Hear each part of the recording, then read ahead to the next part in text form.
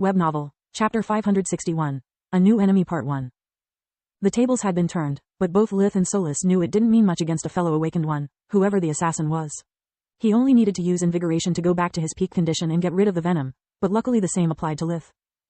"Behind you," Solus yelled as a new enemy blinked at their back. Lith turned around as fast as he could, noticing that the newcomer was swinging a curved blade at him. He was a young-looking man, barely in his 20s. He had light brown skin and several tattoos on his face. He reminded Lith of the man who had fused with the Black Star to prevent its destruction.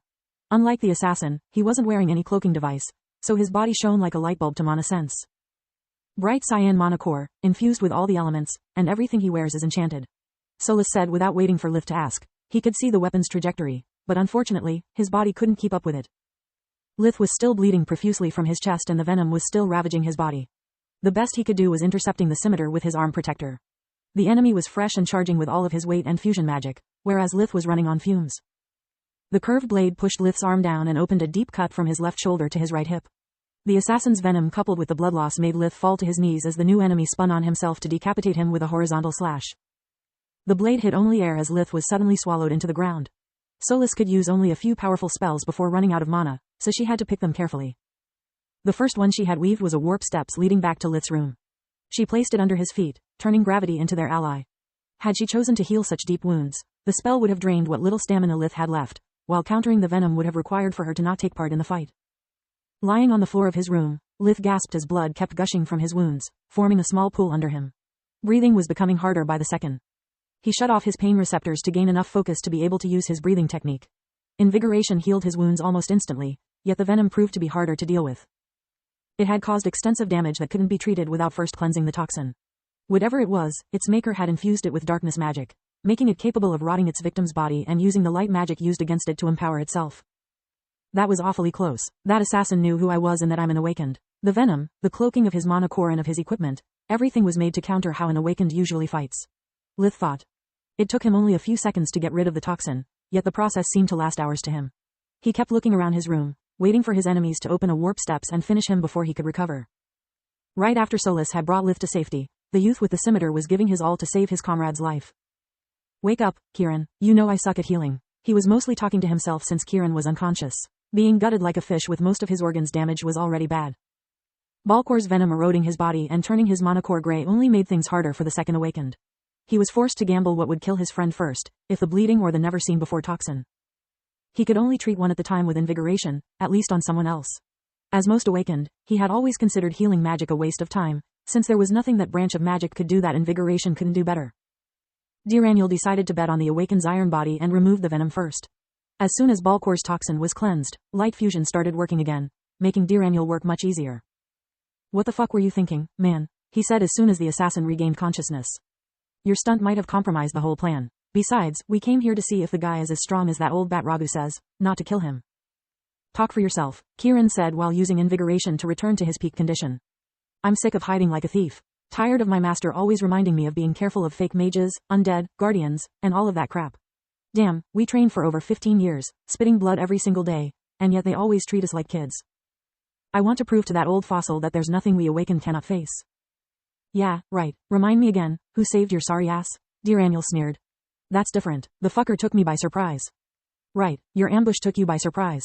It totally makes sense and doesn't sound like a pathetic excuse only a 10-year-old would use." Diraniel was already regretting having saved Kieran's life. Only when both Lith and Solus were back to their full strength did Lith allow himself to relax. "If they didn't barge in here already, it means they have no idea where I am. Who were those guys and what's the beef they have with me?" Lith thought. The assassin mentioned the Black Star and someone named Treyas. "Maybe they are friends with the awakened from the Blood Desert you killed a few months ago," Solus said. "Unlikely." There was only spite in his voice, not rage. "My guess is that he had to be quite young. Aside from his carefully planned attack, everything he did and said seemed like a teenager during a measuring contest. Like he had to prove something. The real question is if he attacked me because I was near the Church of the Six or for a completely unrelated reason." Lith's paranoia could easily trace a connection between two awakened, a new religion, the Griever, and even with JF Kennedy's death. Whatever the answer is, maybe it's better to ask Freya's help. She's bound to know something about the Church of the Six, and awakened cannot show themselves to the public. "Together you can take both of those guys out," Solus said. "Unless they decide to go all out despite the presence of witnesses or there's more than two of them. Anyway, I've lost my opportunity for today's ritual, so secondhand information is better than nothing." Lith thought while watching the storm intensify again.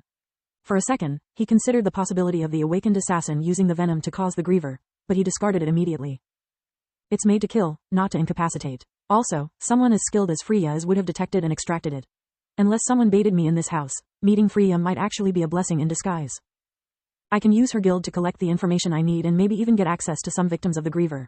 If really there is a link between those two awakened and the illness, by understanding how it works I can guess what their endgame is. Lith used 565, Round 2 Part 3. Even though their thirst for knowledge burned bright, Lith and Solus knew better than meaninglessly rush forward. Lith expanded the silence zone to not be interrupted by the city guards and unleashed a volley of lightning bolts. Even full guard was useless if its user wasn't fast enough to react to the information it provided. Kieran cursed as his body went into a seizure. The blade stuck in his body was a perfect conductor, allowing the lighting to bypass the armor's defensive barrier. Darkness fusion prevented him from feeling pain, but the electrical current still triggered his active motor neurons. Having the opponent lost his mobility, Lith pushed the reaver through Kieran's body until its hilt struck his chest. With a pierced lung and the venom flooding the assassin's blood system, Lith was almost sure to have absolute control over his enemy. Too bad that almost is never enough, he thought. At least now he can't use invigoration. I could question him, but if the scimitar guy is around, he will have all the time he needs to cast his best spells, if not even an array. Time to find out if we are alone or not. Time to die, human. You shouldn't have messed with my turf. Lith's voice in his hybrid form was a low grumble, as if the words were half spoken and half roared, making it unrecognizable. The rapier went straight for Kieran's heart, forcing Dyraniel's hand. The man from the Blood Desert had no choice but to open the warp steps he had at the ready while unsheathing his sword. It cost him the array he had been preparing from the moment the ambush started. Another of the strong points of the surveillance mirror was the possibility to project arrays from a greater distance than it was normally possible, making it a perfect tool for awakened working as a team. That idiot, not only did he get his ass handed to him before I could finish my spell, but he also managed to anger an Emperor Beast. Fucking animals, they are almost as annoying as Kieran, Dyraniel thought. Behind you, Solus warned Lith as her monosense detected the opening of the dimensional corridor. It was too far for Lith to stab the opponent before he could react, so Lith feigned ignorance until the last moment. Only then did he dodge the attack by rolling to the side while using spirit magic to toss the helpless assassin against his companion. Fuck, Dyraniel said, unable to express how frustrated he was. He had only two choices, to blink away and be at the enemy's mercy or kill Kieran with his own hands. Dimensional magic was the only way he had to alter the path of his blade, but Lith took the choice out of his hands by hurling a stream of origin flames against the two awakened who were about to collide. Dyraniel cursed again, blinking both him and his companion in opposite directions. He didn't do it to protect Kieran, so much as to create two exit points at once. He gambled on his luck, hoping the Emperor Beast would follow the wrong blink. Lith activated the spirit magic variation he had learned while in Zolgrish's lab. Demons of darkness, he shouted despite being deeply ashamed of his current persona. Talking like an evil overlord made him cringe to the bone. He injected his pure mana inside his shadow and then he expanded it like a black sun. Blink had an area of effect much smaller than spirit magic, so both awakened were still within his grasp. Kieran was too busy spitting blood to not drown in his own fluids to notice his shadow coming to life, whereas Dyraniel activated fusion magic as soon as he realized an invisible force was constricting his movements. What the? Not only the grip he felt all over his body was getting stronger instead of fading, but his life force was being sucked as well. It took him just a moment to notice that his own shadow now had yellow eyes and was wrapped around his limbs. He freed himself with a small flash of light that dispersed the darkness and then he blinked away. Damn, the shadow version of spirit magic has a weak spot even easier to exploit than the regular one does. Ratpack didn't notice it because he's an idiot, Lith thought.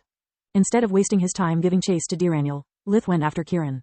Preventing one enemy from running away and the other one from healing himself was impossible, so he decided to cut his losses along with the assassin's head. We need help, Dyraniel yelled at his communicator amulet, panicking. 2 against 1? How pathetic are you two? Replied a feminine voice full of disdain. You can't kill me, Kieran attempted to say, but Lith enchanted rapier fully infused with air, fire, and darkness magic made a short work of the black garb's barrier. Dead, Lith completed the phrase for him. Oh, shit, forget about the loot, this thing is going to explode, Solus said when she noticed that all of the pseudo-cores of the assassin's equipment were becoming volatile. No need, Lith chuckled as he blinked both himself and the corpse at Dyraniel's opposite sides. Dyraniel now had to take his chances with two kinds of demise. Either he faced the explosion and took the demonic beast's sword in his back, or he took the explosion in his back and got skewered from the front. Panicking and using the communicator amulet didn't leave him enough focus to cast a blink fast enough to save himself. Luckily for him, the person on the other side of the call wasn't really refusing to help.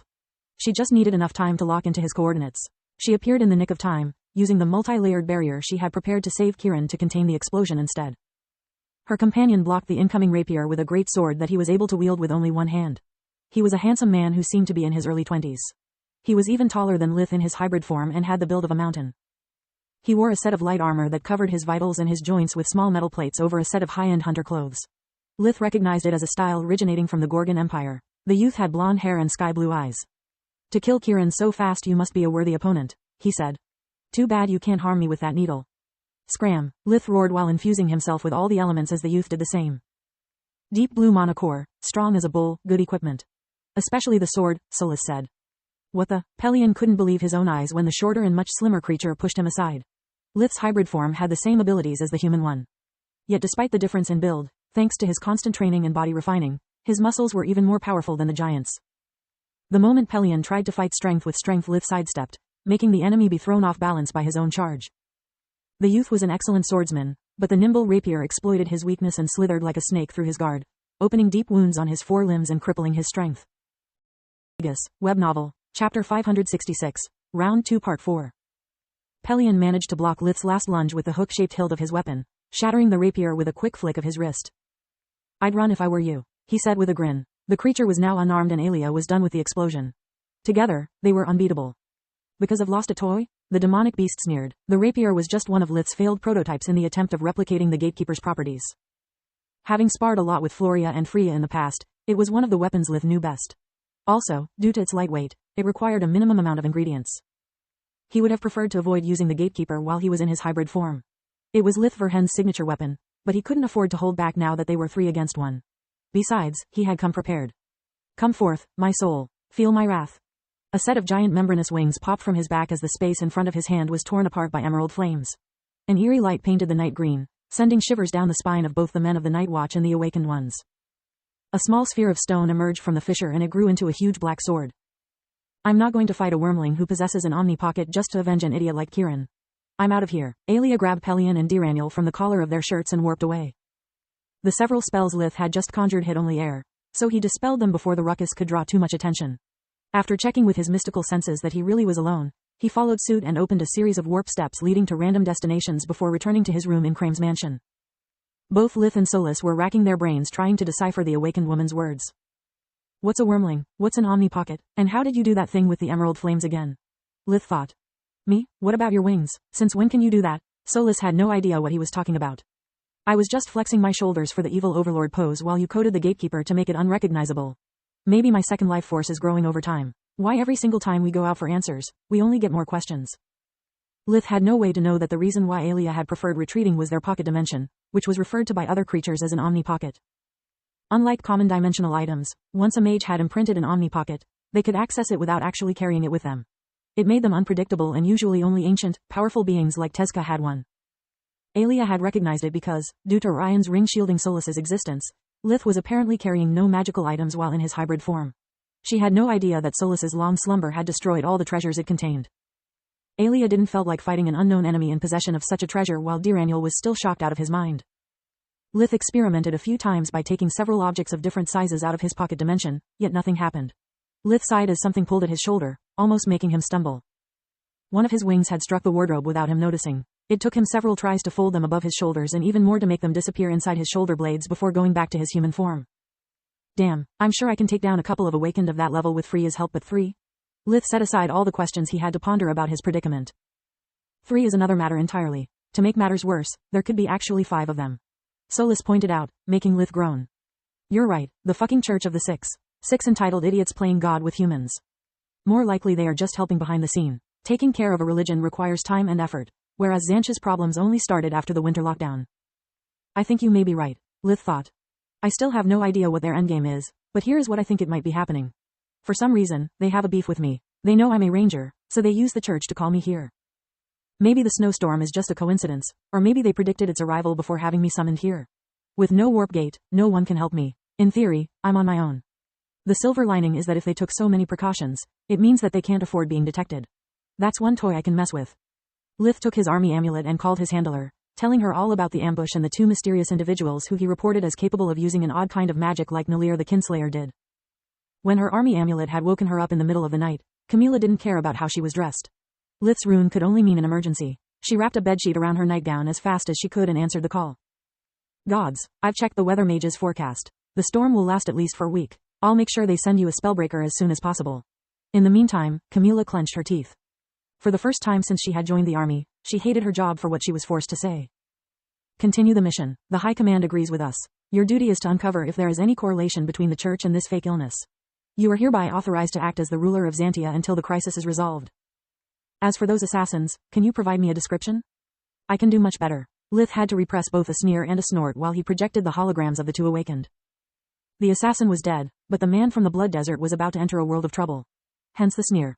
The snort was due to his inability to show the holograms of the other two awakened he had met earlier. They had faced a hybrid, not Ranger Verhin. By exposing them he would expose himself too. This way, if the assassin had a vengeful master, they would have a hard time tracking the culprit. Excellent. I'm forwarding our conversation right now. Over and out. She called him back on his civilian amulet, begging him to ignore the orders and stay safe. It took him a while to calm her down, yet after the call ended, Camila didn't manage to fall asleep until dawn came. In the following hours, Lith's report moved through the official and unofficial chain of command. There was more than one middle-ranked official handsomely paid to report keywords like Nalir and incredible magic. Once put together, it took barely an hour to reach all the right and wrong ears. The royals didn't like having awakened messing with their territory, and neither did Tiras. Diraniel was an outsider, so he didn't fall under the free will umbrella she granted to the citizens of the Griffin Kingdom. Are you insane? Diraniel's master, Tassar Keenis, was mad with rage.